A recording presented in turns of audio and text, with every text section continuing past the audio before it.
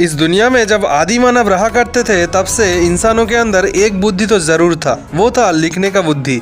क्योंकि हम सब जानते हैं जब आदि मानव बोल भी नहीं सकते थे तब इशारों में और पत्थरों के ऊपर तस्वीरें बना के बातचीत करते थे। अगर इतिहास को उठा के हम देखेंगे तो प्राचीन इजिप्ट के लोग करीब 3000 बीसी से लिख रहे थे, जब वो कागज के तौर पर पेपिरस स्क्रोल्स और कलम के लिए रीड ब्रश या रीड पेन्स यूज करते थे, जिसको जंकस मेरिटिमस से बनाया जाता था। ये एक वेद का झाड़ होता है जो काफी पतला होता है। ये रीड पेन्स मिडिल एज तक यूज होता गया, जब इसे बैम्बू से भी बनाया जाता था। लेकिन 7th सेंचुरी में यानी 601 एडी से 700 एडी में ये रीड पेन्स धीरे धीरे बदलता गया क्विल्स यानी पंख के साथ। हालांकि अभी भी पाकिस्तान के कुछ जगहों पे रीड पेन्स यूज होता है, जिसके मदद से छोटे बच्चे वुडन बोर्ड्स में लिखता है। रीड पेन्स तब तक रिप्लेस नहीं हुआ था जब तक लिखने के लिए एनिमल स्किन्स, वेलम और पार्चमेंट यूज नहीं हुआ था। लेकिन क्विल पेन्स यानी पंख का कलम 18th सेंचुरी तक यानी 1800 सदी के मिडिल ईयर तक यूज हुआ था। 1787 में यूएस का कॉन्स्टिट्यूशन यानी संविधान को साइन किया गया था इसी पंख के कलम के मदद से। पेरिस का एक होनहार स्टूडेंट जिनका नाम था पेट्राचे पोएनारे फर्स्ट टाइम एक फाउंटेन पेन बनाया। रीड पेन के मदद से लिखने के लिए एक इंक पॉट का भी जरूरत पड़ता था, लेकिन फाउंटेन पेन पे एक इंटरनल इंक रिजर्वायर लगा गया था, जिससे बिना किसी इंक पॉट के इस फाउंटेन पेन को लिखा जा सके। 1827 में फ्रेंच गवर्नमेंट ने इस फाउंटेन पेन को पेटेंट किया। पेट्राचे पोएनारू अपना बेसिक पढ़ाई कंप्लीट किया था पेरिस और वियना से। बाद में उन्होंने हायर स्टडी किया इंग्लैंड में। सर पोएनारू एक mathematician, physicist, engineer, inventor, teacher और एजुकेशनल सिस्टम का ऑर्गेनाइजर थे। उसके साथ साथ वो एक पॉलिटिशियन, एग्रोनॉमिस्ट और जू टेक्नोलॉजिस्ट थे। 1826 में सर पेट्राचे पोएनारे फ्रांस गए थे जियोडेसी और सर्वेइंग का पढ़ाई करने के लिए, इसीलिए उन्होंने ज्वाइन किया इकोले पॉलिटेक्निक। वो वहाँ पे नोट्स को कलेक्ट करके उसको कॉपी करने में इतना बिजी हो गया कि उन्होंने सोचा कि क्यों ना एक ऐसी पेन बनाया जाए जिसपे कोई इंक पॉट की जरूरत ही ना हो। इसीलिए उन्होंने एक ऐसा पेन बनाया जिसपे एक इंक रिजर्वायर दिया, ताकि इंक को बार बार पेन में भरना ना पड़े। इस इंक रिजर्वायर को उन्होंने स्वॉन्स क्विल मतलब राजहंस के पंख से बना था।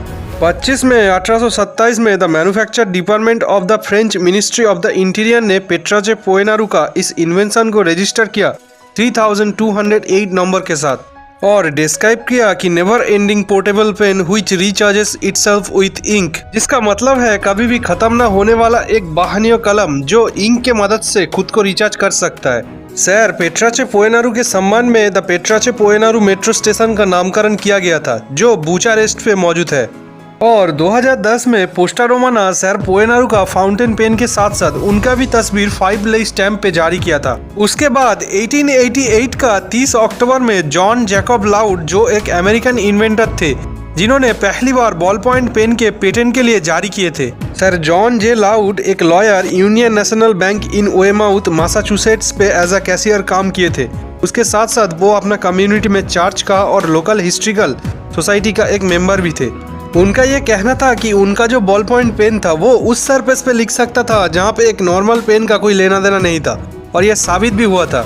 उनका ये बॉल पॉइंट पेन के मदद से किसी भी लेदर प्रोडक्ट के ऊपर लिखा जा सकता था, जो उस जमाने में एक नॉर्मल फाउंटेन पेन नहीं कर सकता था। उनका इस पेन में एक स्टील का छोटा सा बॉल लगा गया था जो किसी भी डायरेक्शन में घूम सकता था, लेकिन फिर भी बिना किसी कॉमर्शियल यूज के उनका ये पेटेंट लैप्स हो गया।